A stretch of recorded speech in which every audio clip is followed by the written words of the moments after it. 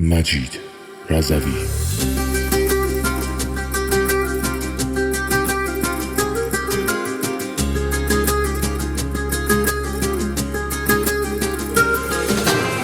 نگین قلبمی واسه دلم مرهمی، حالمو تو میکنی خوب، فاصلت ازم نشه دور. دلم قرصه که پشتمی مثل یه کوه، کاش بشه زود.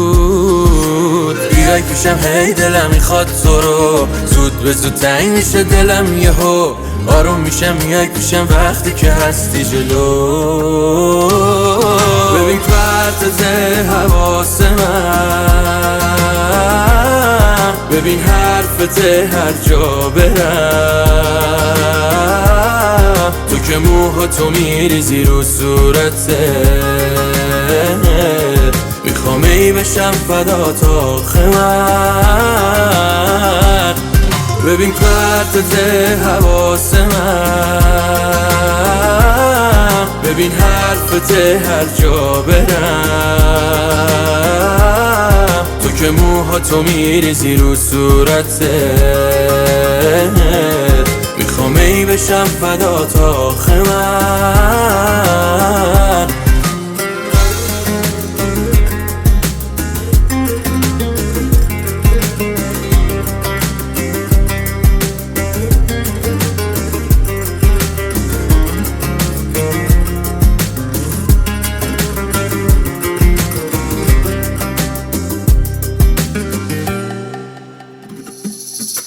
دل میشه هول، میگی دوستم داری پشت تلفن، تا آخرش هستی دیگه باید بدی قول، قلبمو بردار باشه پیش تو. بیا پیشم ای دلم میخواد تو رو، زود به زود تنگ میشه دلم یهو، آروم میشم میای پیشم وقتی که هستی جلو. ببین پرتت حواس من،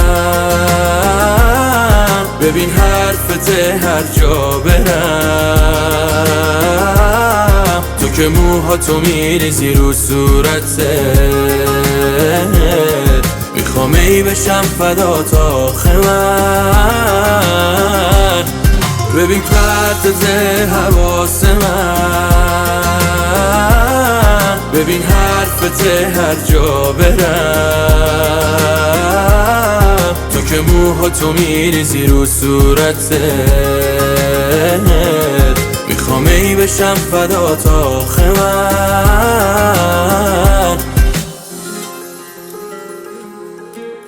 مسعود جهانی.